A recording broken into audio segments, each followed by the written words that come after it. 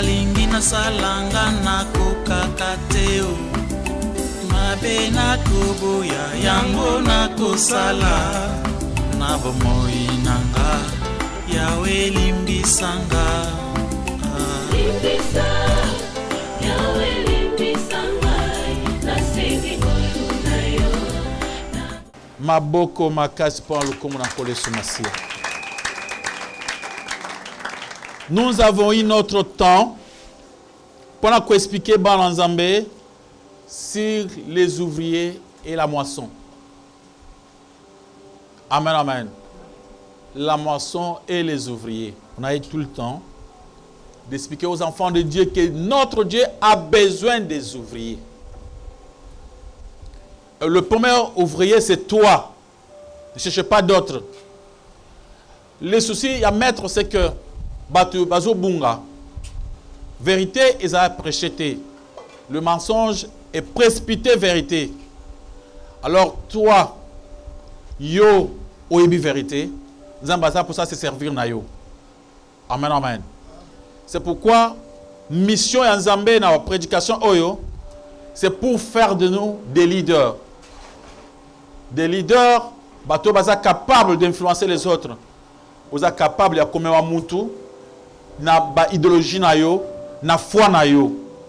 Être capable de convaincre. Quand vous faites un débat avec quelqu'un, capable, ya cause la folle ORT, malandanguluté. Vous avez un leader. Au bendi mutu alandi yo. Tout ce qu'on fait ici, c'est pour nous donner cette capacité de leadership. Amen, amen. Total ici, ba leader, oh va marcher avec Jésus-Christ. Les 12 disciples, batika leka kami balé, misatu, na tongo na poko na lelo na tongo zara na tongo, to la mi balé, etika la moko Jean. Mais même na oyo moko les traîtres, Judas, yé tokozwa temps ya kolobelaye à tête reposée. C'est-à-dire toko kolobela matin na lelo, deuxième mois parti, après to poussi le sous. To poussi le sous parce qu'il faut tomiyeba nazala traître te nazala mut oyo naye pona bika et tu comprendre parce qu'il y a beaucoup de questions qui se posent. Pourquoi je dois s'attirer qui est ce point nini est-ce que nzamba yeba kite tout ça, il y a toutes ces questions là. C'est pourquoi on aura un grand temps, un bon temps d'en parler. Aujourd'hui, nous allons parler de Simon les Canaanites et l'appel à Judas. Amen, amen. Simon les Canaanites et appel à Judas. Simon les Canaanites azali parmi les disciples oyo bazali qui vraiment na succès te. Les disciples oyo baibana koyebana te. Ce sont des disciples qui ont marché avec Jésus-Christ. Oyo penza si on a des disciples Jésus-Christ parmi les 12, aux n'importe qui te. Baza batu o nzamba poni pour passer la mission à l'ikolo na nzambe. Mais c'est Simon ici a posé ni mutuna et pas na Yesu. Au comment la réaction mon côté. Il était toujours avec le maître. Au quoi se poser question. On dirait azoye banate. Amen, amen. Ba marcher à Jésus-Christ atala kaka, ba vandi avandi. Babeti masolo na Bible. Ya basali mususu. Au sentir que pas naé, masolo e betamité. Mais so balobi babenge Simon les Canaanites. Kombo wana et la kisinini. Nous allons à Mukande à Matthieu chapitre 10. Voilà verset 4. Simon les Canaanites. Canaanites, ingeloba, ezalaki mouvement moko. Il y a des zélotes. C'est-à-dire, bazaki bat oyo, c'était comme des rebelles. Au babanda qui se révolté contre les Grecs. So batotala l'histoire de Maccabée, il y a Judas Maccabée. Comment dans cette histoire-là, ba Yuda, ba rebelle, ba télémaki, ils ont une idée politique. Mouvement moko politique. Oyo babanda qui se rebelle. Banda kobo ya imposition ya ba étranger. Donc so ba bengi ye kombo oyo bango surtout na kati ya Israël les pharisiens, les Essiens et les Sadducéens. Le pharisien, les Essiens et les Sadducéens. Au comment à chaque fois, balobi, pharisien moko a posé la question par Jésus-Christ. Sadducéen moko a posé la question par Jésus-Christ. Les Essiens, bazaki ulenge ya ba religion, ba idéologie. Mais na ba philosophie na ba union soana ezaki na motif politique. Alléluia, alléluia. Bazaki na motif moko politique. Mais tout le monde a paix. Les Cananéites, les Zolettes, les Cananéites, et ça qui mouvement, il y a battu oyo, bah se révolter, bah zo boya, bah ala assiégé par bah étrangers. Et kobenga e kombo oyo, et zo talisake, peut-être il était violent. Azé mutumoko tango avec pas Jésus-Christ, bah ça qui na idée que Yesu après ça on marcasse, bah longa banguna, aller bas siéger pendant royaume il y a 1000 ans. Ba intention na ye pas tant pas Jésus-Christ, ezaki ba intention il y a guerre to bunda to ce grand maître ou azana makasi tant to marché na ye to ko bunda bangolo nyonso ba ko kweya après biso to ko so pouvoir ya ko sala mokonzi biso ba soda na ye. Alléluia, alléluia. C'est pourquoi banda ko surnommé ye. Ezalaki kombo ya mouvement. To ko ba comme Simon les pharisiens ndé ba bengaki nani Matthieu, babengiye azalaki le républicain, mutu bampako. Amen, amen. Abi Matthieu les républicains. Ne pas on a Bible. C'est comme ça bazo benga Simon les Cananéites.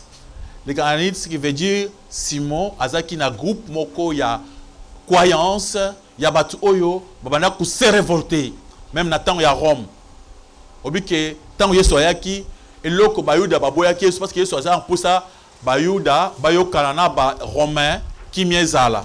Pourtant que Bayuda bazaki na poussa que le kola yesu ye azala mokonzi na bango, bitumbe banda, bako esa ba Romain. Alléluia, alléluia. C'était comme ça avec Simon. Na bi que ici histoire ezalmingi pona été au kotangango, isika lik azo nommé azo pese combo Simon le Cananéite, ezana mukanda Luc chapitre 6 verset 15. Au côté rappel sur mon candidat Acte chapitre 1 verset 13. Pour talaba zélote basaki banane. Alléluia, alléluia. Acclamons pour la gloire de notre Dieu. Dans le but par rapport à Kombonaye, il était un homme qui peut-être violent, qui n'a chaud, qui n'a poussé que vraiment Marambosa Manoki, c'était comme un militaire. Mutumoko o azaki pembe na Jésus-Christ avec intention que tolonga bitumba. Alléluia, alléluia. Alléluia. Mais Simon, même bien qu'on n'a pas parlé de lui dans ma cambonion sur Asal na Katia pembe na Jésus-Christ, c'est un héros. C'est un héros. Mon frère peut nous lire des versets, il y a Hébreux chapitre 11. Hébreux chapitre 11 à partir du verset 36 à 39, au comment baza ko expliquer na mukanda hébreu bato balanda ka Jésus-Christ o baza ki ba héros o bandimaka même o bayaka avant o ba souffraka ba pesa vie na bango bandima liwa. Simon aussi était parmi ces gens-là o ba se livrer o bazo mi pesa ne fils que pour que vérité ils allaient prêcher pour démontrer que Dieu vraiment existe. Batangi na kombo na Yesu Masi. Hébreux chapitre 11, verset 36 à 39. Nous lisons au nom de Jésus-Christ. Amen. D'autres subirent les moqueries et les fouets, les chaînes et la prison. Ils furent lapidés, sciés, torturés. Ils moururent tués par l'épée. Ils allèrent çà et là, vêtus de peau de brebis et de peau de chèvre, dénués de tout, persécutés, maltraités, et dont le monde n'était pas digne, errant dans le désert et les montagnes, dans les cavernes et les antres de la terre. Tout cela à la fois, desquels il a été rendu témoignage, n'ont pas obtenu ce qui leur était promis. Maboko makaspan le commandant le somasia. Ce livre de Brun est assis sur comment bateau kola basimo, bateau bazaki, ou ba souffraki, bateau ba mi pesa qui vient à bango, bandima qui babuma bango, bandima qui va souffrir. Pour la côté c'est que Zambaza qui existait. Bien que na mukilo bazwa elo côté, na mukilo des fois on a que bateau pamba, benzo kande bazaki ne bazo penser, bazo na l'au-delà. Alléluia alléluia. Baza bat oyo ba héros. Donc quand on parle des 12 disciples, ce sont des héros, les héros dans la foi. Bat o ba pesa vie na bango bandima, bandima nyon se koya. C'est pourquoi on a besoin que comme on a pu écouter dans le monde des héros, pour parler de Jésus-Christ sans crainte, sans avoir peur, il y a qu'au peur de la relation, qu'au peur de la privilège, mais comme il paie ça avec toute confiance et par Jésus-Christ. Alléluia, alléluia. Après Simon, nous allons parler de Judas.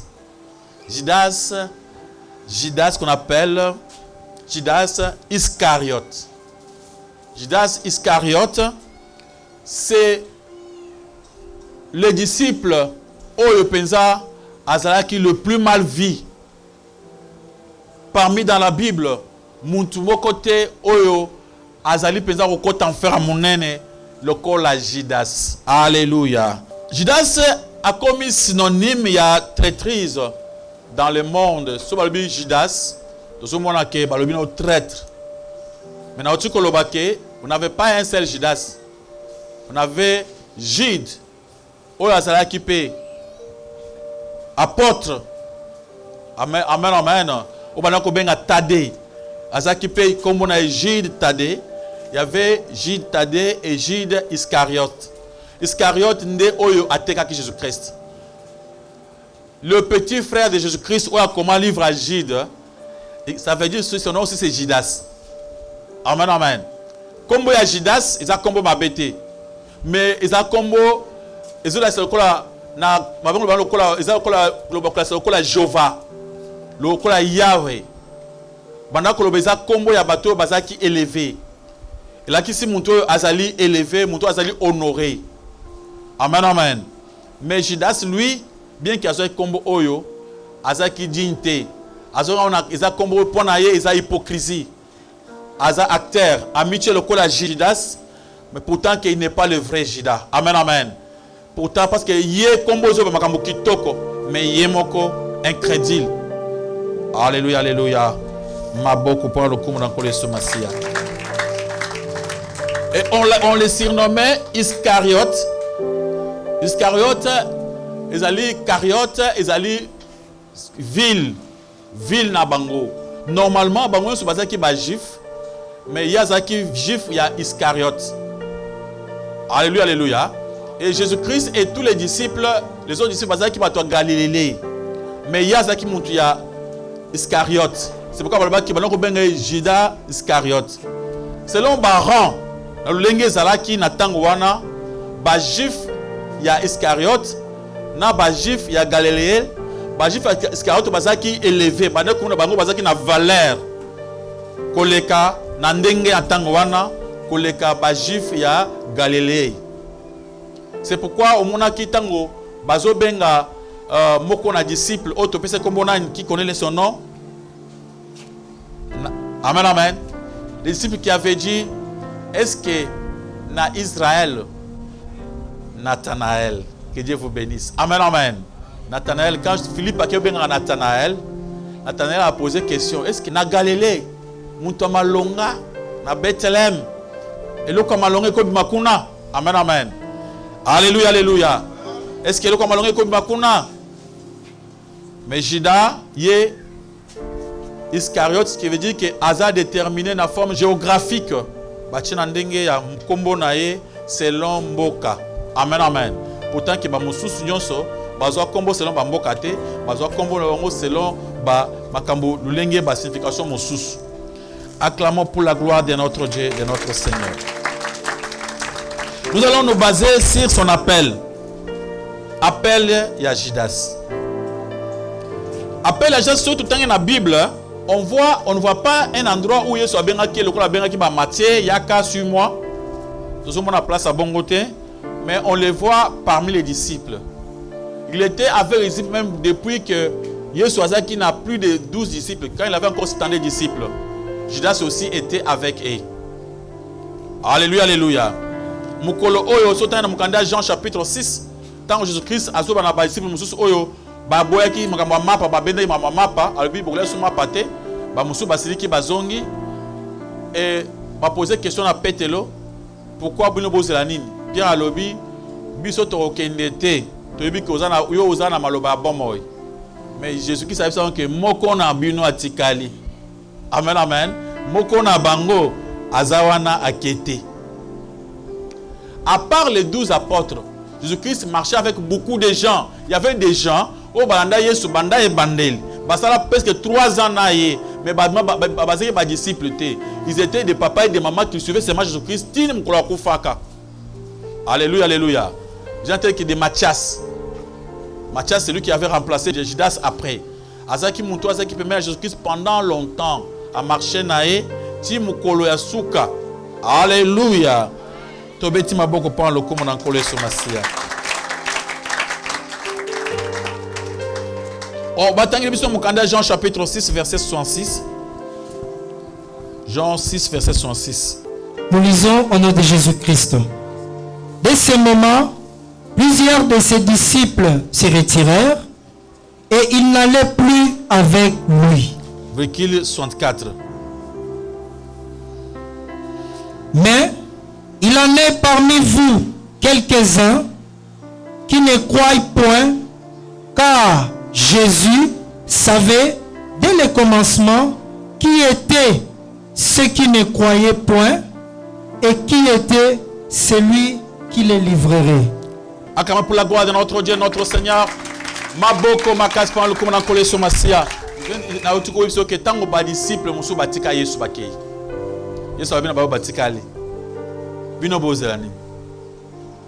Pierre alobi na yo biso to okendete to kotika kaka na yo parce que za maloba vie.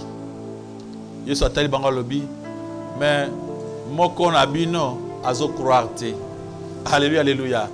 Abi il s'adressait point à Judas. Judas ne croyait toujours pas. Mais normalement, c'est Jésus-Christ, selon la logique, c'est Yemuntu aponaki Judas. Dans verset 70, verset 71, Yesu azoloba, n'est-ce pas moi qui vous ai choisi? Vous les 12. Et l'un de vous est un démon. À ce sujet, Jean donnait l'explication suivante. Qu'il s'adressait pour na oyo à colivrer. Alléluia, alléluia. Jésus-Christ est un Dieu. Il savait toutes choses. Avant même le commencement. Il y a Aïbaki Makambonyos. Tant que Jida, Balingamus Bakei, Jida Satikali, Jésus-Christ savait que Jida Satikali n'a motif à Mabé. Il n'avait pas l'intention, il y a côté quand Jésus-Christ pour na vrai. Mais il y a une intention, il y a côté quand Jésus-Christ pour na ba intérêt. Tala Bazala qui 72. 60 bakei pour na ba intérêt. Bazana a poussé à couler mapa, couler micronion sur métal, bamoni ke mapa eza souté, batike sur bakei. Mais Judas satika lobi tena tika ka muntoyo akola na musali mataliboso, na za la patient parce que na kozwa kaka. Peut-être atika la ki lokola ye, muto simbaki bourse ya mbongo. Se disait non, songa na kei, na utika la bourse on n'est pas nine. Na za en attendant kola nga muto mbaka mbongo.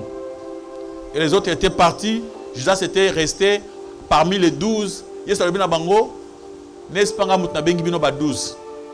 Mais moko na bino aza démon. Alléluia, alléluia. Moko na bino aza mabe. Alors Jean a expliqué azoloba pour na Judas où il fallait à trahir. Acclamons pour la gloire de notre Dieu, de notre Seigneur. Verset Psaume 41. Notre bien toi cherche Psaume 55. Moi, je suis d'abord dans le Psaume 41, verset 10. Ozomona, David a fait sa prophétie. Alléluia, alléluia. Makambu Oyo et le Bama qui kala. Avant même Baja, c'est pas Botama. C'était déjà prédit par Dieu. Dieu en avait déjà parlé à travers ses prophètes. Banazamba, alléluia. Zambé, alobé Makamou Banda Kala. Avant même, Yesu Aya. 1000 ans avant, plusieurs années avant, et c'est le Bamaki. Amen, amen. Nous avons comment David Azoloba. Azopesa, Azotalisa, pour la Makambo Koya, pour Jésus-Christ. Bien qu'il y ait un point, mais il y a prophétie. David a prédit que l'on trahira Christ 1000 ans avant le fait. Amen, amen. Alléluia, alléluia. Celui-là même à qui j'étais en paix, qui avait ma confiance et qui mangeait mon pain, lève les talons contre moi. Ça c'est Psaume 41, verset 10. David a lobby. Kakawana, nazaki na kimia, mutu oyo, tulia kana ensemble. Celui où on appelle ça qui confiance. Yende muntu akutrahir nga. Yé muntu akutremisa trahison. Alléluia, alléluia. Et cette prophétie, bien que David parlait pour lui, mais bazoba ke ezaki prophétie o azopesa poana kutalisa makambo ekoya et pas Jésus-Christ. Batangi Psaume 55 verset 13 à 16. Batangi na kombo na Yesu Masi. Nous lisons au nom de Jésus-Christ. Amen. Ce n'est pas un ennemi qui m'outrage, je le supporterai. Ce n'est pas mon adversaire qui s'élève contre moi, je me cacherai devant lui. C'est toi que j'estimais mon égal, toi, mon confident et mon ami. Ensemble, nous vivions dans une douce intimité. Nous allions avec la foule à la maison de Dieu. Que la mort les surprenne, qu'ils descendent vivants au séjour des morts, car la méchanceté est dans leur demeure au milieu d'eux. Maboko makaspa le commandant Koleso Masia, acclamé pour la gloire de notre Dieu. David Azoloba, Azopé sa prophétie pour la Mamboezoya. Abi muntu akutaer Christ, ce n'est pas l'ennemi. Amen, amen. Ce n'est pas un ennemi qui m'outrage. Je le supporterai. Ce n'est pas mon adversaire qui se lève contre moi. Je me cacherai devant lui. Abi, bien aimé, histoire Oya Judas, et taille sa cabine pour te comprendre que Moutoua ko combattre yo. Amen, amen. Azali kaka o aza pembeni. Yoka dengi soloba.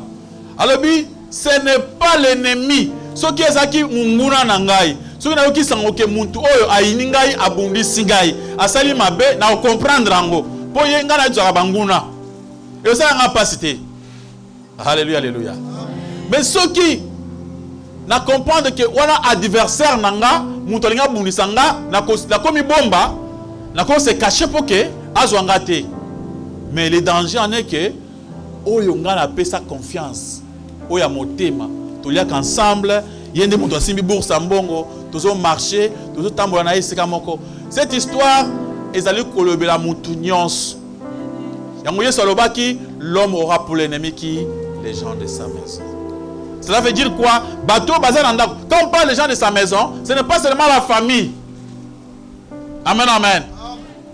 Au cours de quelque part, vous vivez dans une même maison avec une autre personne. Cette personne-là, il est les gens de la maison. C'est une personne de la maison. Amen, amen. C'est-à-dire, quand vous vivez avec quelqu'un dans une même maison, vous pouvez aussi risquer votre vie. Parce que, à quoi on appelle ennemi, vous êtes prêt pour agir, pour faire quelque chose. Alléluia. Amen, amen. C'est pourquoi la Bible nous montre cette histoire pour nous demander à ne plus faire confiance. Alléluia. Jésus était Dieu, il savait tout. Mais pour que toi yeba, biso to sa banzambe te, biso to komona te, Yesu azomona, yo komona te, ngana to kotala batute, to kompana mitema batute. Amen, amen. O vanda makamozo kalandako, yo zo beta masolo, zo kande oyo bengi po beta lisolo malamu wana nde azana kati ya makamu. Yango balobi, soki munguna na yo yebi ye, eza malamu ko bombana. Mais munguna pona ko yeba ye na yebi soki za petete. Alléluia. Ce n'est pas facile de discerner le vrai ennemi. À cause de la pembe na yo zinga zinga, azulio malembe, a trahir yo. Alléluia, alléluia. Tout ça c'est pourquoi Jésus le dit, soyez prudents comme le serpent, simple comme quoi? Les colombes, parce que mokili y a danger. Amen, amen. Il y a danger. Alors, ceux qui sont qui munguna, azo ya adversaire, n'ingana bomba nako. Mais le coup là yo, na yebi que vous avez confiance, na komi pesa ngamoko na maboko na yo. Et bazoloba, la mort les surprenne, qui descendent vivants au séjour des morts, car la méchanceté est dans leur demeure, au milieu d'eux. Pourquoi balobi boye? Sote mramboyo, ne balobi boye. Okomona que Judas a bicate après avoir trahi Jésus-Christ. Alléluia, alléluia. Après avoir trahi Jésus-Christ, a bicate. Bangola mosusu oyo bazo combattre mutu. Ata mutu wana sele obolam. Yozo combattre mutu. Ils ont passé au long même à la fin, au cours de l'enfer. Parce que vous avez un enfer pour combattre les bateaux. Alléluia, alléluia. Judas a combattre Jésus-Christ, a tekié, mais à cause de nous sur Saliwana, il a coûté vie et comme il est compliqué parce que nous sommes dans sala. Isaac Mabé. Verset 22 le binini. Il y a Psaume 55 verset 22 le binini. Sa bouche est plus douce que la crème, mais la guerre est dans son cœur. Ses paroles sont plus onctueuses que l'huile, mais ce sont des épées nues. Alléluia! Alléluia! Batu musu baza maloba kitoko. Abu ma bien. Yonga alobaka na na mona muntu te banda na botama. Alléluia! Na mona ka bandako ya batu. O eza ndako tante. Po mona muntu na mukiliza passe. Alléluia, alléluia. Omoni nga atemi liboso wa, mais nga aza na kati. Oyo ezaka nzoto pona kotaisa ke Richard. Soki nazate na laine na sabona nzoto ya Richard, ce n'est pas encore Richard. Donc dans son cœur, dans sa bouche, il parle de bonnes choses, mais dans son cœur, il est prêt à tuer, prêt à faire du mal, peut te poignarder, mais mon frère, mon frère. Alléluia. Alléluia. C'est pourquoi il faut croire qu'on ne peut pas faire confiance aux hommes. Les hommes ne sont pas dignes de confiance. Balobi, tant que vous même pembeni, ozo quand c'est que vous allez bosser mon malam. Ses paroles sont onctueuses que l'huile. Sa bouche est plus douce que la crème. Maloba kitoko ezo finana lokola mafuta nzoi. Quand il te parle de bonnes choses, mais je te bénis mon frère, je te bénis. Je te bénis. Soyez bénis. Avec Maloba Kitok, il y a béni, mais Zokande Mouyibi Azobenda. Alléluia, alléluia. Il y a un ami qui m'a flatté. Ba flatterie en temps bazo peso yango lokola mafuta. Yo quand c'est ah, nazumi toi confiance. Zoka c'était un danger. Alléluia, alléluia. Maboko makaspa lokomo na kolona biso. Dans le livre de Jean chapitre 13 verset 18 on te met à cause au verset wana. Jean 13 18. Et Zacharie aussi a lobelaki likamboya Judas. Dans Jean 13, Jésus a dit que ma profession sur le pesa oyo ezaki ponaye batangi na kombo na Yesu Masiya. Jean 13 verset 18. Nous lisons au nom de Jésus-Christ. Amen. Ce n'est pas de vous tous que je parle. Je connais ce que j'ai choisi. Mais il faut que l'écriture s'accomplisse. Celui qui mange avec moi le pain a levé son talon contre moi. Maboko makaspa lokomo na Yesu Masiya. Yesu azo abandi kolpesa abi esengeli maloba oyo ba prophète balobaki. Maloba oyo David alobaki, il faut kokisama. Ndenge komamaki. Oyo azolia lipa na ngai esika moko. Yenda kotelemisa mopanga. Amen amen. Alléluia. nakamaka likambo oyo nakamaka yango trop so moto atambola na nzela akomona babuding na ndenge esa eloko te akomona bavoitire na ndenge esa eloko te mais soki okuti ke mutu oyo bozali na ndako moko ayo kobengo kasumi voitire ya kitoko motema mpasi ebande wana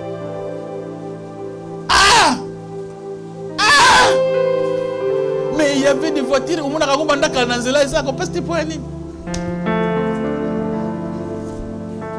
mutu pembeni nde problème amen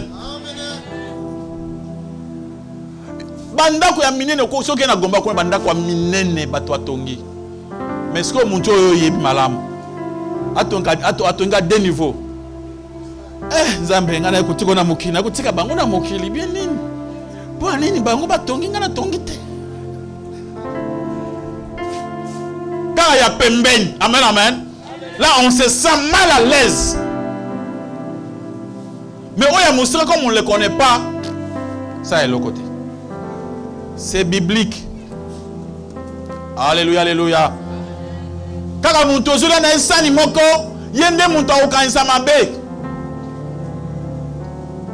les gens se posent des questions toke luka munguna azaka pembeni na yo peut-être botambolaka na ye peut-être muntu oyo oyebisa ba secret nyonso ye akoza munguna ye wana yesa lobi ezaki po maloba ekokisama Zacharie à partir azola qui s'apprit ba côté de Jésus-Christ à partir de Zacharie chapitre 11 verset 12 à 13 sur bandi à partir de verset 4 à 11 au comment Zacharie azola taille sabi que il avait travaillé ba passer mission pour prêcher l'évangile et tant que évangile asilisi bato bongoli motema prix bazo pesaye salaire bazo pesaye eza ya 3 pièces prix au batekela Jésus-Christ amen amen après lobby tala salaire ba pesi ngai pona musala sunga na sali salaire ba pesi ngai ezali mbongo oyo misato oyo 3 pièces d'argent des salaires bazo pesa ngai zamba lobby yango nde salaire ba moni pona prix ya mwana mutu ya mwana bato mukili bakomona Yesu na mutu ya malonga te Judas avandi na Yesu asali miracle Yesu asali makambo minene asekwisi bato Yesu azu bourse apesi Judas azomona makambo nyonso akito batama Jésus Christ Judas aye ko sepela po afteka Yesu na prix wana ya 30 pièces d'argent c'est-à-dire valeur roya monaki Jésus Christ. Quel mépris. Bana nzamba alléluia. Bana nzamba alléluia. Alléluia. Muntu akoteka yo akoteka kana moins cher. C'est même parce qu'il ne t'aime pas. On se battre à battre na au PCK deboula fufu ateki mutu.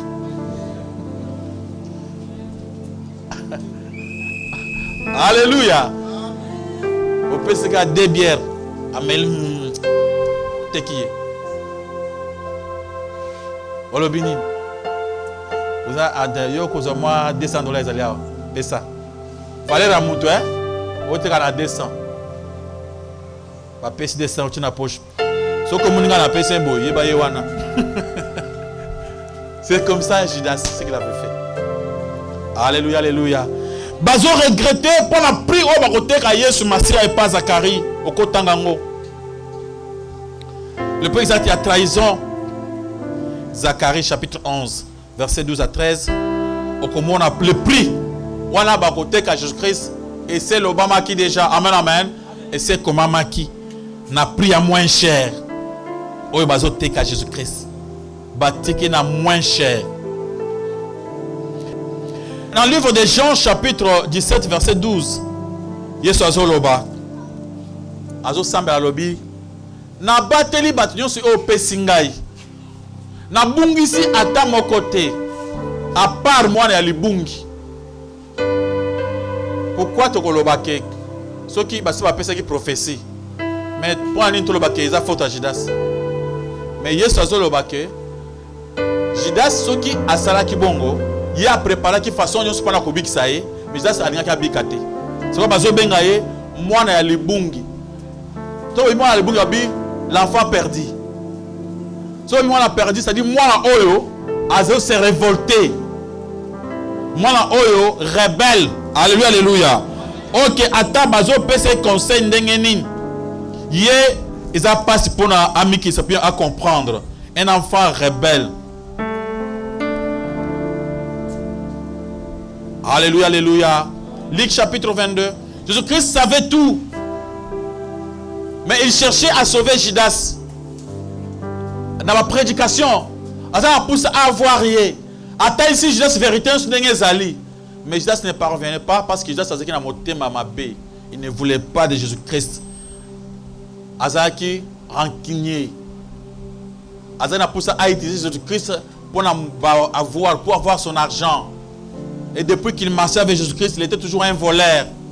Il a continué à y sur Mikolonionso. Bachembo on a bourse. Il a continué à koyiba. Verset 22, Luc 22, verset 21-22. Nous lisons au nom de Jésus-Christ. Cependant, voici, la main de celui qui me livre est avec moi à cette table. Le Fils de l'homme s'en va selon ce qui est déterminé, mais malheur à l'homme par qui il est livré. Oyo ako tekanga azana kati na biso. Abando yebisa bango. Mwana na Nzambe akotekama ekomami po akufela batu. Mais malheur po na yo okende koteka ye. Alléluia, alléluia. Malamu kutu ozala obota makite. Eza malheur. Il cherchait pour que Judas à croire. On peut se poser cette question. Pourquoi pas Judas a maintenant croire? Pourquoi les autres? Sautant dans Mukanda Jean chapitre 1. Bible va clair. À partir du verset 13. Ok, si on dit, ceux qui font que la verset 12, Yesu atei maloba. Ba oya ye banjimi yangote. Apesi pouvoir. Na ba onyo ba kondimela ye. Abi ceux qui ont dimeli yende apesi au pouvoir. Donc pour être sauvé, il y a des choses. Amen, amen. D'abord, Jésus-Christ a prêt à passer au pouvoir, il y a qu'à changer. Mais à condition que yon an ondim. C'est d'abord la foi. Alobi atei batu baboyi. Mais alobi ba oyo ba kondima. Ye a copé sa bango pouvoir. Donc pour ce pouvoir, il faut d'abord croire. Et Judas ne croyait pas. Il était un incrédule. Les autres là, parce que des fois, mais tant qu'on va croire, ils n'ont pas son pouvoir à avancer. Mais Jésus ne croyait pas. C'était un incrédule. Si on va prêcher, Abissanoki, Aziz la mbongo ekota po ayiba. Donc, nous sommes ça là, il y a ah, Mikolo, bah, il belé, hein. Ils sont ça, bah, foule, hein. Bah, foule à ma casse. Si on va dire qu'il va passer quelque chose, c'est-à-dire, bourse et autres. C'était ça sa mission. N'avait pas le temps, il ne voulait pas changer. C'est-à-dire, Kobika, ils allaient exercer à Bisso. Bisso n'a pas quoi. Et ceux qui te croient, Ndenzamba peso ma casse. Dans Ephésiens chapitre 1, verset 4, lobby, Nzambe a pona Bisso avant la fin du monde. Avant la fondation du monde. Avant Akela Mokili, Asi Atinda qui m'a a coupé la Bisso pour que Bisso tombe parmi les sauvés. Mais pour être sauvé, il faut aussi croire. Accepter aussi cette offre. Ce qu'on offre, c'est-à-dire c'est Dieu qui sauve, mais il ne sauve pas n'importe qui. À cause sauver, alléluia, alléluia. La capacité à cause de la mutumalamu, ils ont un bateau bazonjima, ce qu'on dit en ma personne m'a coqué pour pas qu'on bateau malam. Yo sur na ozonjima te, moi nza ba comme so mutumalamu ezate. Pour comme otika mabe, il faut commencer par croire. Et si vous croyez, à ce moment-là, Zamba peut se maroki. Mais bana bazo croire, bazaba ton Zamba ponaki. Ils ont dit Judas. Judas ne voulait pas croire. Si on a Jean chapitre 5, verset 40, Yesu a prêché avant que les 60 disciples batikaye. Yesu a na bango alobi, vous ne voulez pas venir à moi, vous ne voulez pas croire. Alléluia, alléluia. On fait un verset wana, c'est verset. Abi batunde bazo boya. Ye azo prêché. Donc batu ya Jar Judas bazake belé. Na mukina tango wana. Même parmi les 72 disciples, 60 ezaki de Jar ya Judas. Ils ne croyaient pas. Jean chapitre 5 verset 40. Nous lisons au nom de Jésus-Christ. Amen. Et vous ne voulez pas venir à moi pour avoir la vie. Alléluia. Alors, vous ne voulez pas venir à moi pour avoir la vie. Dans 65, c'est les gens qui ne voulaient pas. Judas ne voulait pas. Il y a des gens même parmi nous. Il y a des gens qui ne veulent pas aller au Christ. Même si ils sont en église, mais ils ne veulent pas. Alléluia, alléluia. Pourquoi ils ne veulent pas? Parce que ça est important.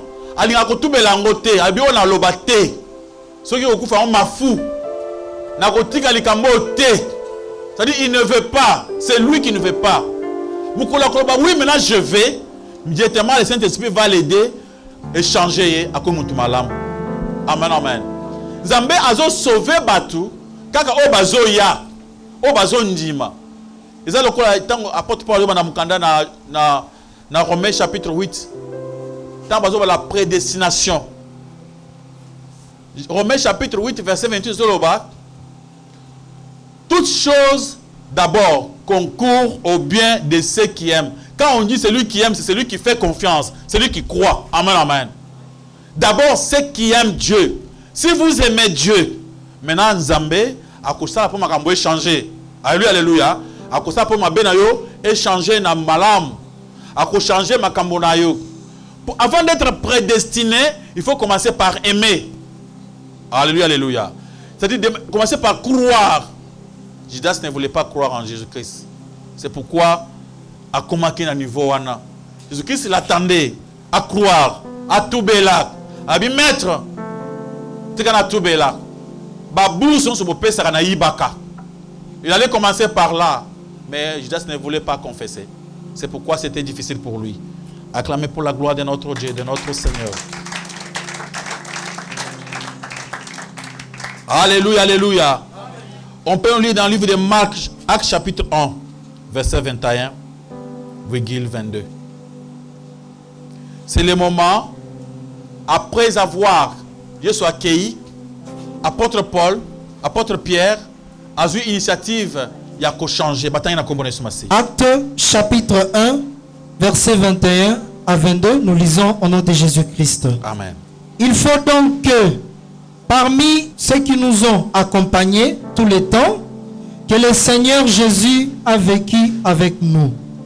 Depuis le baptême de Jean, jusqu'au jour où il a été enlevé du milieu de nous, il y en ait un qui nous soit associé comme témoin de sa résurrection.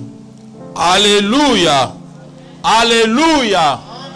Après avoir que Judas a attaqué Jésus-Christ, Jésus savait tant que Moko aza démon. Il savait déjà qui devait le remplacer. Il y avait beaucoup de gens à côté de Jésus-Christ. On va marcher jour et nuit, à part les 12. Yokande ngé Bible zoloba. Apôtre Alobi. Et c'est un total parmi bateau balanda biso. Depuis le baptême de Jean. Amen, amen. Il y avait des papas, des jeunes, il y avait des mamans, des enfants. Depuis le jour où il y a baptême à Jean, Tina Mukolo, il y a Mataka. Mais Bazaki va disciple, Bazaki parmi les 12 disciples. Nesko Pierre Aikoloba. Na kati ya batu wana. Topo na batu moko, mutu moko na kati na bango pour remplacer Judas. Alléluia, alléluia. Bien aimé, il y avait des gens, cet homme-là, Azaki na 4. Jésus-Christ le savait. Peut-être que tu as valeur. C'était Matthias. C'est Matthias qui avait remplacé Judas pour que base à la 12 quand il y a parce qu'il y a 12 tribus, il y a Juda, il y a Israël, il faut battre dans la 12 qui il fallait seulement avoir 12 apôtres. C'est important. Alors c'est pour ça que tant que Jésus a tambola qui kala, il y a 12. Mais tout le monde il y avait beaucoup de gens. Apôtre Pierre a déterminé Mutuana Otokozwa azala batu obanisu depuis baptême ya Jean. Amen, amen. Pour ça témoin. C'est-à-dire à vivre na biso bandakala tina suka. Yende il faut remplacer Judas. Acclamez pour la gloire de notre Dieu, de notre Seigneur. Je parlais sur l'appel de Judas. D'abord, j'ai commencé par Simon. Amen, amen. Attendez que Simon, comme son nom, les Canaanites, qui veut dire Azaki na groupe ya ba rebelle. Bato bazalaki ba méchant. Ou bandaki na cause politique. Azaki un guerrier. Na cadre ya mokili na cadre ya politique. Et tant qu'on pas na Jésus-Christ, ba besoin bâtir avec ce nom là. Bazaki ba guerrier ou bazo bunda contre ba étranger ou bazali ko fina ba juif. Et Ezeki moko na religion locale les pharisiens, les sadducéens et les essiens. Donc les cananéens, les olètes. Et ça un mouvement moko bandaki na tango wakala. Bani bandaki tango batu bandaki se révolter pour ba yude bazo se révolter pour que ba mikuzi mususu banya tabangote. Alors tobi kombo wana ya Simon les Cananéites et ici comment il était violent, comment il était fort, il s'est donné, il avait combattu mais avec l'intention que bazo pouvoir en mokili. Et après il avait trouvé le contraire. Alléluia. Mais c'était un homme de Dieu. Oyo a siégé tant que soit koya a vendre pe na kiti parmi na trône na 12 trônes a vendre pour na sambisa Israël. C'est ce monsieur ici Simon asala musala makasi ya Nzambe mais o ba koma na Bible awate. Bible zolo ba ke so ba ngi ba koma apôtre basali, il n'y aura pas de place. Alléluia. C'est pourquoi besoin que ozaki vraiment utile. Oya Simon mona ke zaki inutile penza. C'est pourquoi Ezaki est comme Makité. Comme Ezaki moins utile. C'est pourquoi il est comme Makité. Tosimbi Judas Iscariote. Iscariote, tu trouves que c'est le monsieur Oyo Ayaki Koteka Yesu. Tolobi, synonyme, il y a comme Iscariote, les lots, Ezali signe ya traîtrise. C'est-à-dire, Mount Oyo, traître. Mount Oyo, Mount Mabe. Mais, définition, il y a combo naye. Il y a Judas, il y a combo malam, il y a combo le col à Jide, Judas, même le petit frère propre de Jésus-Christ avait ce nom-là, Judas. Tout le monde même, il y avait aussi un autre disciple de Jésus-Christ qui s'appelait Jide, qui s'appelait Jide, c'est bien comme Tadé. Tout le monde qui y avait plusieurs Jide, Jide, il y a combo malam, amen amen, il y a combo mabété. Mais maintenant, il y a Iscariote. Pourquoi Iscariote? Parce que ezalaki mboka oinaye mboka ya ba juif azaki ba juif ya Cariote. C'est pourquoi ben Judas Iscariote ye azalaki kombo na ezaki lié avec un nom géographique ya village naye. Na tradition que les 12 apôtres, les 11 bazaki le même village que Jésus-Christ, Galiléen. Mais Iscariote ye azalaki ba juif bazaki un peu na valeur par rapport ya ba juif ya Galiléen. C'est pourquoi sotali Judas tant azaki na bango, azaki na mépris, il ne causait même pas, il ne s'approchait même pas beaucoup na ba apôtre Moussous. Azaki mutu moko peut-être un orgueil. Et tant azo marché ba tomboka ya seoyo. Bango bazalo ko la bisoté. Et peut-être il se prenait comme ça.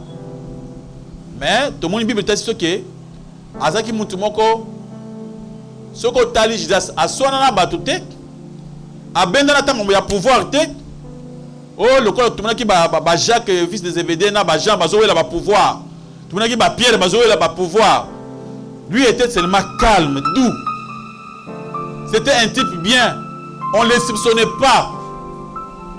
Pourquoi on ne les soupçonnait pas? Parce qu'il s'est caché. Alléluia, alléluia. Il y a des gens comme ça, méchants, mais qui se cachent, qui parlent très bien, qui sont calmes. C'est pourquoi on se disait, on ne peut pas faire confiance aux hommes. Les hommes ne sont pas dignes de confiance. Amen, amen. Parce que, nous avons vu comment David a taillé Sibiso, qui est à la Oyo, Nazula na isika moko, Tochaka maboko isika moko, Yewana muntu azo trahir ngai. Tolobi trahison ya muntu ya musika iza malamu. Okoye bango ekopeso pasi makaste. Trahison ya ennemi na yo, ya adversaire na yo, okomona ngo avant o se cacher. Mais le danger, eza muntu oyo lingi a trahir yo. Ça fera trop mal. Judas va penser que confiance c'est pas Yesu. Bazo na bourse, va penser à simba bourse. Bazo marcher partout, na bourse na maboko. Mais Judas finit toujours par trahir le maître. Alléluia, alléluia. Ce qui avait poussé Judas à trahir Jésus-Christ, ce n'est pas parce qu'il était écrit, c'est Satan le diable. Bobi bizobake, tango Yesu alobi na ye, alobi muntu oyo akotrahir ngai, azaka na table awa. Alobi oyo akozwa lipa, oyo tana kotia loboko, oyo akozwa lipa mwana akolia wana ye wana. Et tango Yesu asali yango, atali Judas alobi, moninga na muni makambo linga osala wana. Sala ngo sikoyo. Bible zoloba ke ba Petero ba se poser question, peut-être le ko azana bourse. Ba lobi na ye akende kuteka kosumba biloko ya kolia. Il se pose des questions, peut-être on comprend pas comment ba lobi ba molingo sala sala. Ba musu bazo yeba teke ya ke oteka Jésus-Christ. Amen, amen. Et tango ake ba bimbala moko Satan akoti na kati na ye. Satan akote lié. À ce moment-là, il n'avait pas encore le choix d'accueillir à Teki Jésus-Christ. Maboko makaspan le comme na kolesmas. Prédication oyo ekwede yo au fungwama, au comprendre makambo nzambe malam sur les apôtres. On n'a pas fini avec Judas. Dans le bisema sur son appel, on dira beaucoup de choses sur Judas parce que ils allaient importants. On n'a pas encore parlé à propos de l'apôtre Jean, l'apôtre d'amour. Où il y a des Jésus-Christ makasi kocha, azali so bavandi alali Yesu na tol. Nan tolobi tobeti masolo na été. Donc sur la paix, la prédication sur l'apôtre Jean. Peut-être avoir d'autres questions que tu peux aussi te poser. À propos, il y a prédication à Judas, à Simon, les Canaanites. Pense bien. On vous laisse encore quelques temps pour poser des questions. Vous avez la parole. Merci, Pasteur Chapona, pour la parole. Amen. Kolansana Matea Ote Biso na tonga lelo pona makametale Judas. Bible ezokolba ke prophétie na pesami même David a pensé que prophétie le langue Judas a koteka Jésus-Christ. Même Zacharie pe alobaki ango pona ndenge akoteka Jésus-Christ. Yesu ye moko amonaki ke oui Judas pe azana posta koteka ye pe ya alobi ke atiki ange kokisama pona ke maloba oyo pesami na ba prophétie ekokisama et loko nini poussé Jésus-Christ a sauvé Judas na mikanda ya lik. Ezaki ja prophétie ba komaki bandakal. Parce que Dieu azali nzambe. Bible zoloba que tant que on a 1000 ans, bah tu vas en enfer, bah ça 1000 ans à Satan. Et après 1000 ans, bah qu'on libérer bango. Bible zoloba clair que Satan le diable à côté de comment le ramoter maté. Parce que nzamba yebi bien malam. Parce qu'il est vraiment orgueilleux. Tout ce monde a Jésus qui ça c'est monaki. Judas. Bah komika na mukanda que bah côté ka Yesu. Pas bah tu vas approcher na ye. Il y avait beaucoup de gens. C'est pourquoi on a le bas qui que bato baza qui peut bien Yesu, bazala qui est belé, ce n'était pas seulement les 12. Il y avait plusieurs personnes bazo karamala Jésus-Christ, bazo marchant Jésus-Christ. Jésus-Christ préférait que ils attaquent batouana. À Anjima qui Jésus-Christ. Jésus allait l'aider. aller l'aider pour que Asanini, la sauver. On allait même susciter une autre personne pour ça. Parce qu'il était seulement, on n'avait pas écrit son nom. On avait seulement écrit que Moko na batorza pembe na ya Osanini a otekaye. Il y avait beaucoup de gens pembe à Jésus-Christ. C'est pourquoi Jésus-Christ tentait de sauver Judas. Ce qui avait empêché Judas pour Abika, c'est parce que Judas ne voulait pas confesser. Que Judas était d'abord un voleur.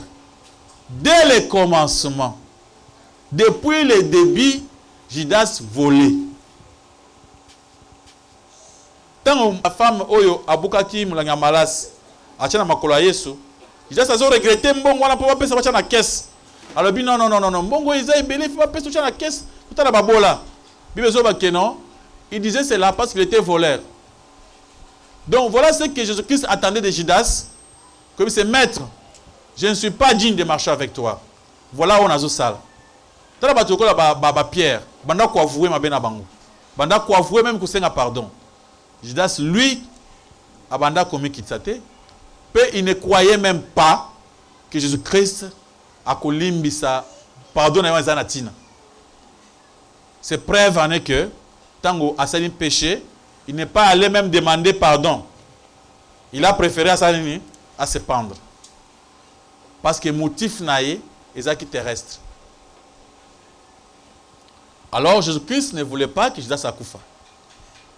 C'est pourquoi, dans le baka bien, ceux qui t'osent prêcher l'évangile, c'est ça pour la batouba bika. Mais batouba sont l'évangile, mais c'est pas bika te. Batouba belé ou bayuki évangile oyo, ba okufa très bien ba ken d'enfer. Pourquoi? Parce que ba yoki siko yo bazo raison et monani ke yes ko il faut ken d'enfer parce que ayoki vérité aboyi. Tant on a no ba yeba kité, ba nga ba bika. Ba non ah ya ba kité. Maintenant muntu que muntu a raison. C'est pourquoi Dieu fait à ce que muntu ayoka évangile pour que ceux qui aboyi et quoi il a yemoko. Amen amen. On ne peut pas donner cette faute à Dieu. Et ça, le coup là, tant qu'on a tentation, Bible le dit, Zamba tentera moutouté. Moutouaza tenté n'a pas poussé na yemoko. Alléluia, alléluia. Pourtant que, alobi, biki sabiso n'a pas tentation. Ne nous induis pas en tentation. Aidez-nous pour que toko ait la tentation. Mais tentation, c'est que nous pousse pas pour tomber dans ces allées pour ça. Dis-moi. Qu'est-ce qui avait poussé Judas à tomber? C'était la cupidité, non? Azan le koso pour Sambongo, Netindikaki, Ateka, Azope, Abakisanda Moussambongo na katia kes. Alléluia, alléluia. Vous avez la parole. Merci, pasteur, pour la parole. Amen. Pasteur, Nina Yeba, place au Judas, place à Telemi. Yesu abisi alobi o lingo sala yango. Est-ce que ye azali déjà volé? Satan akotaki na te pona moni tango Yesu alobi Satan balamo akoti. Place on a ngina comprendre malam. Ya mibale ezali place mona yokaki bazo sambela. Motei alobi ke apesika ketina alobi tobe la kanda ya Nzambe. Place on a compris penati aolo babo tobe la kanda nzambe kita pa banguna na comprenez et comme si tu kobe la kanda nzambe na éviter so go expliquer personne. Merci. Maboko makasi pour le kona koleso masia. Abanda ko sala ba péché mike. Amona quand même na mokili oyo. So muntu ayaki ayibaki. Bakangi pas l'état. Batunaka ezaki vol nini? Abi vol simple. Condamnation ekiti. So abi ezaki vol na maboko yazana ba arme na maboko. Condamnation esa nini? Emati. So abi vol wana azaki na ba mandoki mais abumi mutu te. Eza différent. Na vol ozana mandoki obumi mutu. C'est-à-dire azaki na ba péché mike. Ok, azo benda bambongo yeso azo comprendre kaka. Bazo continue ko prêcher pour bon la motema. Bazo continue ko pesa po bongo la motema. Azo bongo la motema te. Et komami na Bible. Abitango nzambe batu nyonso baboyaka. Tant bazo te bazo te ayo oboyi. Sauf tali to bien que ça Nouveau Testament na Pharaon. Batindi Moïse. Yebisa Pharaon apesa batu babima. Pharaon liboso aboyi moko. Bakemba la mibale aboyi moko. Ya misatu aboyi moko. Après bakomi ke nzamba akomi kusunga ye po aboya kaka. Bozo koma place wana. Et comme ça babisa ata alinganya maboza mabite konjima te. Sifa unyima po ani yo za mobali bundana bango. Tant même à libérer bango. Tant les gens azoba na Moïse. Moïse, bino ba avancer côté à Maïkuna. Ngai nzambe na ke ko kota na motema ya Pharaon. Ko Pharaon ali ngabunda, ya ko bunda. Parce que nzambe mo ko keti pa Pharaon. Ah! Vous avez distrait, bazo kende. Yo za na armée, uvandi matanga ya bana bakufi. Mama mona de bango buma bango. Pharaon bi ça c'est une bonne idée. Continue nzela mbango. Nzamba lobaka. Lokola muntu aboyi koyoka. Sikoyo ngai nzambe na kopese mulimu ya égarement. Nzambe mko lobi. Pour que aboya nga malam. C'est comme ça, là, toi et moi, on ne peut pas comprendre. Alléluia, alléluia. Soki nzamba bengo na makambo na nzambe.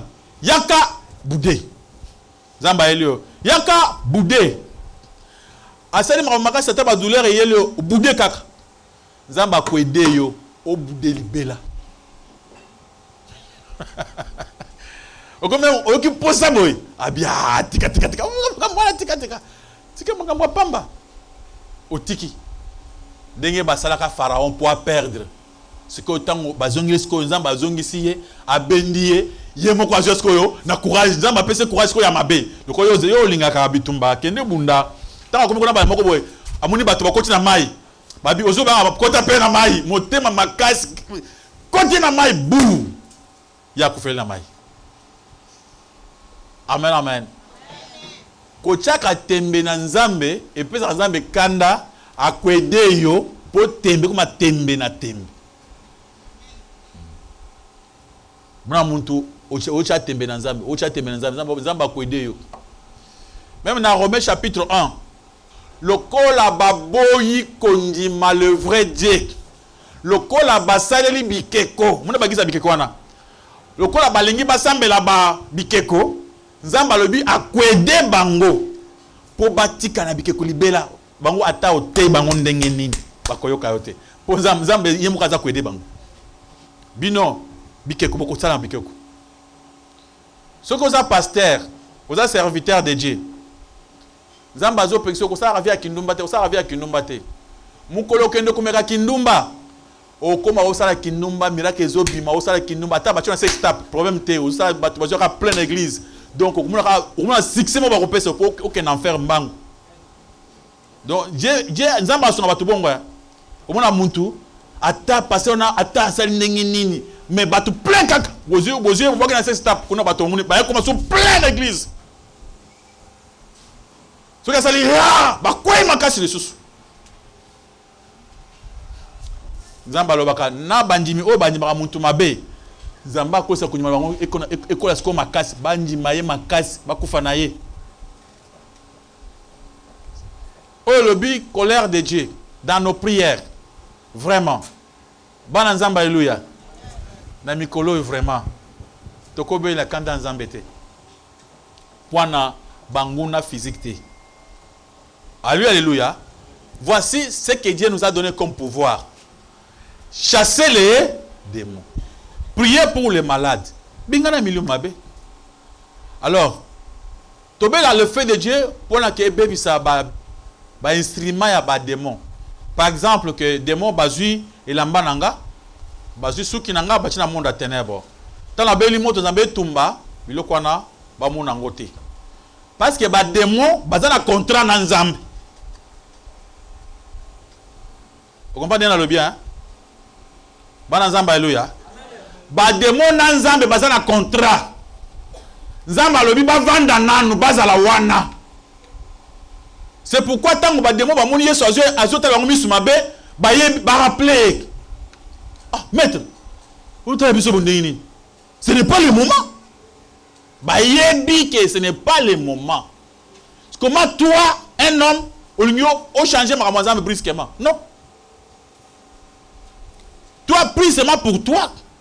Ça qui est pas comme la monde dans l'autre, bengala bango côté yozali. Amen, amen. Alléluia.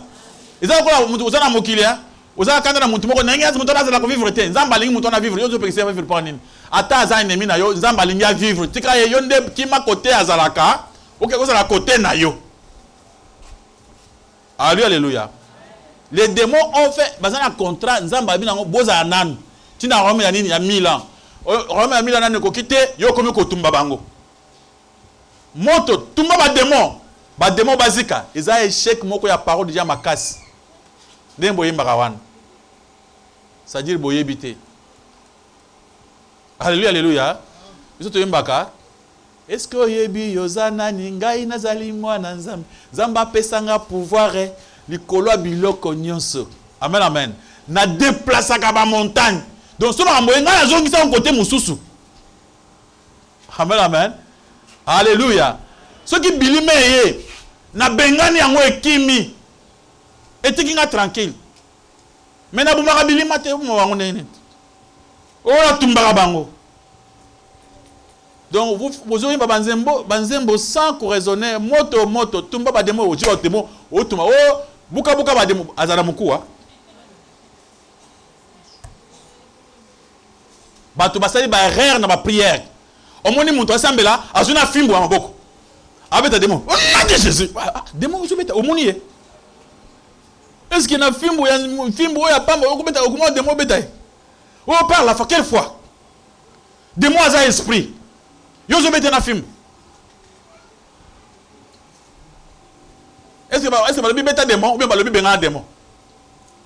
C'est pourquoi mon habitumé à makas. Le bétail bengana yo ke au bétail. Alléluia, alléluia. Madame Moïse va zoner dans bezanine. Le bela rocher, il y a que beta rocher au moni. Confusant babi autant la sauter. Au manquer un respect. Quand le bil loba yo beti. Dès babi na ba manza babi bengana ye. Oyebi c'est là, ça c'est chez moi hein. Ah ouais pas na ngate. Nanda ko na ngate na bengana yo kende démon awate. Démon kei. Babi te au moins démon na ba no bete film. Eza erreur. Votre question. Merci pasteur pour la question. Amen. Mutu apesi na tunela e question oyo. Alobi ke pona nini soki na famille moko songolo mpakala omoni mama abela maladi wana yepe ifo abela ngo ou bien mama botaka na se bandi ko souffrir babwaki na mwana na ye wana pe ifo akutana kana likambo na malgré ato sambela ezalaka dia nini. Deuxième question ezake ndenge impact nini ezali na kombo a mutu ndenge tomona Yesu tango nzamba zozwa ba sali na ye azali ko changer mingi ba kombo misusu pe bando changer bango ba kombo te pona nini azali ko changer ba musu ba kombo misusu bando changer ba kombo te ezali pona nini muntu azobela maladie na nzoto après maladie wana koko na ndeko na ye pourquoi baza makila moko. Batu ya famille, bazaka famille même na nzoto pe na molimu. C'est pourquoi la Bible dit que si on ne pas Jésus-Christ a commis et que l'âme ya sika. Tolobi awa bien.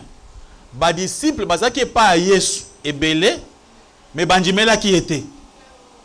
Bana nzamba alléluia. Tozo montant bazo kende Mathias azala kitango bazo bazo kende wana. So tandenge bazo le balobi batu oyo to pona batu selo parmi batu bazandaka Yesu depuis tango azoki baptême. Ti mukolo mataka. Zokande il y avait beaucoup de gens. Zokande tango Yesu azobenga alobi na bango wana tango le batu bakendaka nyonso wana et les 60 pe bake wana batu mususu batikali pe na ba Pierre bazalaki wana. Babeta sona bango te. Vous comprenez après que batu mususu bazalaki wana bango bakendaka te. bandimela kutu Yesu makasi koleka Judas. Bato bazwa na église alobi na ke ko sambela. Akoki ko travailler na banzembo. Akoki ko travailler na modération.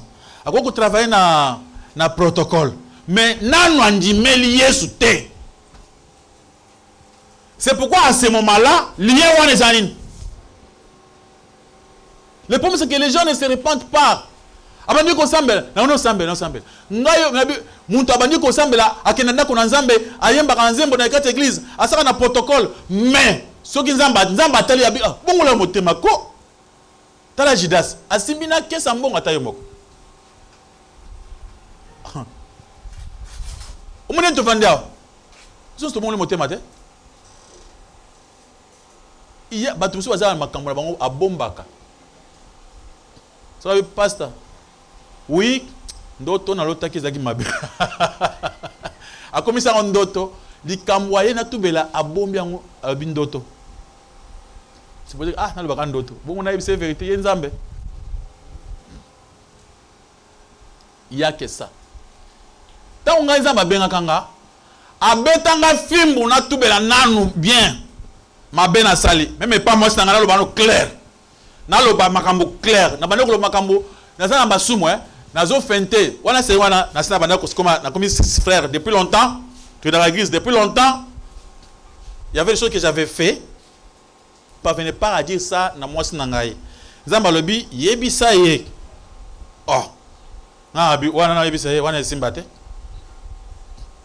na ke pembeni ko benga masa moko likambo moko bobo na sabi oui c'est moi na masa vraiment wana baloba te na bombi okoma to na vandi boy na muni bitumba makasi na muise na muni bitumba muni ya nini na muni ba demo baza makasi mais likambo ngana yebi likambo loba likambo Nzamba loba na ngai soki yo lobi te ngai okosala nga musala te pona kosala musala commencer par d'abord yo mona na ofungwama ce n'est pas yo moko za na nzete na misu ngai na banda kotambola na yo na banzete na misu bato bazo ya ko kwanda kosala musala na Nzambe na banzete mine na misu na bango akitina no yango te amuna ba pousser mais yo tala biso na nzete monene c'est ça le problème asa na protocole ambe moto kitoko tshela kit respect protocole mais keba na motema oui bien bien te c'est ça le problème parce qu'il est écrit ce qui montoye pas na Yesu akomi ekelamu ya sika mukolo na tubela de mukolo na kutana Jésus-Christ mais j'ai chanté j'ai prié na bon ça la jeune tongo pourquoi na sali jeune boto donc ça va 40 jours après 40 jours ça jeune 40 jours tuzo kene bangomba tuzo lela Yahweh so na lelia wa ko kanta papa ya sambela makasi so na sambela wa bidon o ya zamuntu Nzambe mais j'avais mon problème. Amen. J'avais mon problème. Mukolo kaka na tubeli. Nzamba lobi, c'est quoi toko marché. Alléluia. On babi la repentance. Ça veut dire quoi? Aux autres on se repentir, c'est-à-dire aux autres changement de vie, de route. Na kene su boyete, ce qu'on a kende boye. Amen. C'est pourquoi tu vas dire na banda o kene nzela oyo. Na tiki nzela oyo, olobi yango ouvertement. Balobi na bato basala kikisi, baloba kikisi na ngala bana sala yango oyo. Repentance alelo. Zera repentance en motema. C'est pourquoi ozomona balobi muntu akepa na Nzambe mikumba ya kalawana na mukongo ilanda ye. Akoti boy mikumba wana ilanda ye kaka. Etika ete. Tenene. Ye bongo ni motema bien te. Aza muntu aseka. Saka muntu ya mama na bango na papa na bango na bakoko na bango. Makila wana ezotika te, ezoganga. Mukolo kaka ofunguli motema na yo ofungwami clair de Saint-Esprit côté liyo. Alléluia. Bana na Nzambe ngala mona makambo. Ser moko sambela na ye. Donc suba mama bakanga mitema. Mama bakanga mitema. Ba mama pete na ba papa. Omu je Judas sawa kufi za papa. Alléluia. Tout ça bela ser wana talika munini asala. Aye yana bango azaki na mboka yana bango bengi tant ay pas grand yana bango abotaki mwana liboso ya mobali ayi ko bota mwana liboso ya mwasi ayi ko bota mwana mobali mbala moko tant yana bango ki bota na hôpital ba yebisa ki akobota lisusu te il faut il y avait ma vie ya batuza makambo ebele balobi moya bota lisusu ezali te il faut balongola ba matrice nyonso ya bota lisusu te directement balobi akoteka na bana na mibale siko yaya asaka musala leki nanga mwasi tikala na mwana na ndako yaya akende musala mobala yaya pe semeki akenda pe musala balingi yemba kasi bafutile ba minerval basale makambo obike tango bazo kende musala mukolo moko atikali mwana wana azolela tika kolela mwana azotika te yo zoka kolela te te olela mwana azoka te afini mwana na panja yo zo kolela te bamuka yoke sale po abuki mwana panzi mwana mwasi andeni na motema mabende ngalo kenubuka mwana batu panzi asitubela ngoso ayoki panzi ebukani ko alobi tala kanda wo na simi bebe waza bebese sikoyo mwana bandika kolela yaya komi yaya azolela ka boye na comprendre te et puis à comprendre te azu bébé bakina na hôpital munganga pe assisté ba minga assisté we ataka mwana nzo na misu boye ya tala malaria na typhoïde. Donc ce qui attend à l'obaki que nabuka ke panzi bakoka ata koloba non ko la boki panzi parce que il faut expliquer on que obuka ki panzi nini parce que c'est compliqué moi na makile zotanga na kati yaya bazui mwana bango na mobali na ye bake hôpital batambuli mwana ko fakati sa ni akufi serre bouche bée basambeli baleli ensemble na serre na bango bake okundana matanga abomba Zamba sakate ayako zo libala garçon moko pe a bien amoniye oh azo sapé musana bien tant garçon na kotani na ye avant akende pas garçon wana zokande abimaki na garçon mosusu garçon na PC zemi sikoyo lokola azwi zemi wana ayiko mona ke non nazaka na oyo eloko te wana nde azana moyen ajembeli opesi nga zemi wana memi ngambus lokola wana azé garçon moko sérieux un type bien azana bonda qu'on a dit non ce n'est pas un problème nakina sisi makambo okoti na ndako il n'y a pas de problème garçon asema bonso dokinoki azu moi sina na zemi que tu na ndako zokande ya yete ya yeba kezemi oyo ya muntote bavai na ndako mwana azokola papa wana na mwana ye bazaka ba mbalibo mwana akuisi zoki 12 ans papa kinotike na classe moko bolingo makasi na mwana wana so za so chérie na lingi na oui te elamba sumina na elamba c'est-à-dire moyen atubela ngo ezate maji ya kate ekangi yeki abandi obela bakeo ba hôpital ba traiter et simbate c'est un problème te ngayangani prière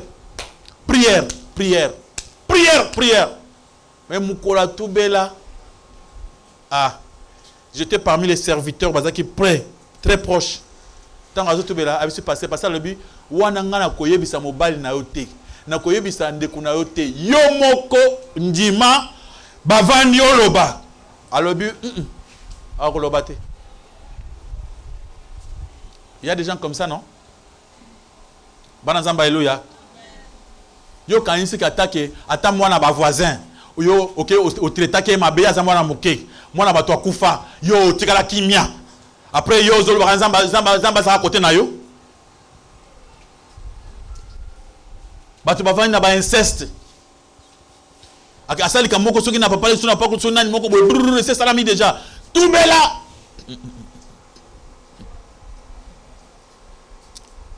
Ah non. Nde bazolo bake bato ba pesa masumu mike. Nasirika ki. Nasona pamba. Wana masumu. Wana même nga passer nasona pamba. Osirika? Ngapela sirika, wewe batana sirika. Alléluia. Nakoya ki.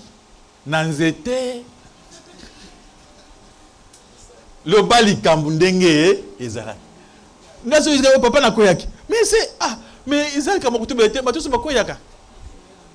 Donc ceux qui au tamboli au bêtis bako koyi c'est normal. On ne peut pas comprendre. On ne comprendre ma bon. Yo mo comprendre, on dit on doit comprendre, on doit comprendre. Non. C'est ce qui se passe. Batou, tobongo la motema malam. Amen, amen. Judas a marché avec Jésus combien d'années? 3 ans. Le grand maître comme Jésus-Christ a prêché batou batika le bongo le motema. Bon gars biso. Amen, amen. Mais ceux qui m'ont bongo li motema. Oh. Nga moko nazaka na ba suivi ya biloko mabe ya ba satan ya mukili na ninga pampamba depuis na bongo la motema. Omoni ça stop et telema. So ni moto nini moni bangi. Alléluia, alléluia. Na tikali ya nzambe libre. Libre.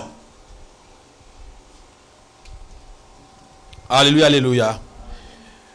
Et d'autres questions, changement de nom. Bakombo, ne mona batu musi ba pesa batu kombo bi pesa pesa. Boti kama na bo pesa mutu kombo. Ba buzuku tu basel na nzambe. Mom sana ba pesa boti mana pesa mutu kombo. Lekola o pesa ba cadeau. Lekola relation pour vous bien na muntu. Non.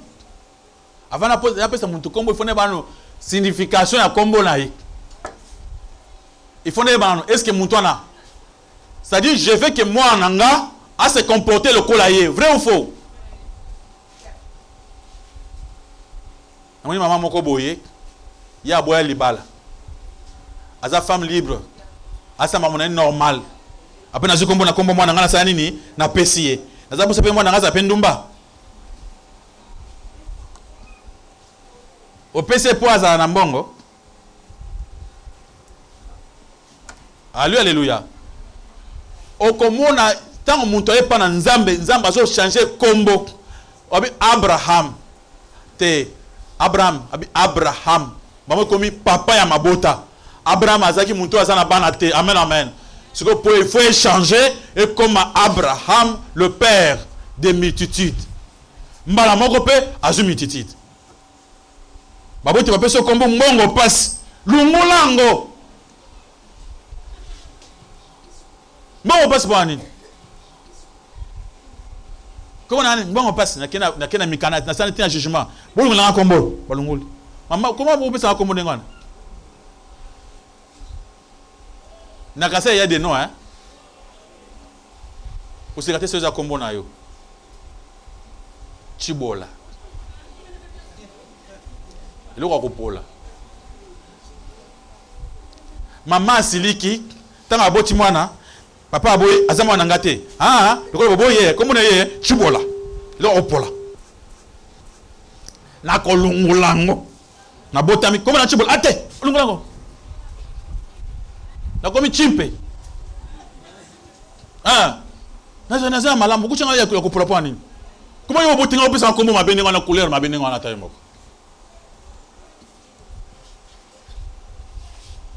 amen amen. Frère Moukazaki a un combo Moussalanzala. Ngabi frère, changez combo. Donc Moussali Anzala. Il y a ta saline, il va faire Anzala.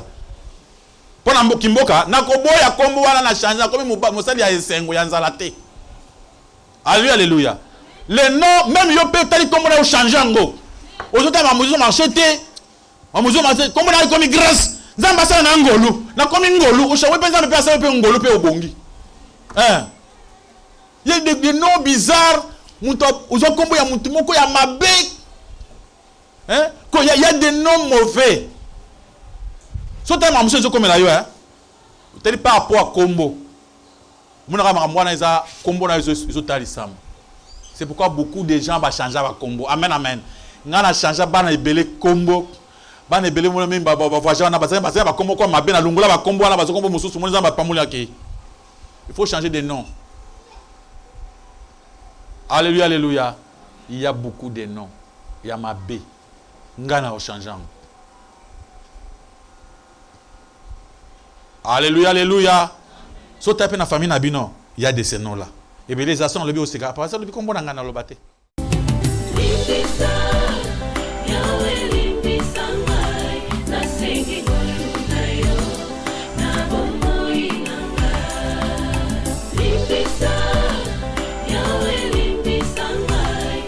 Singing,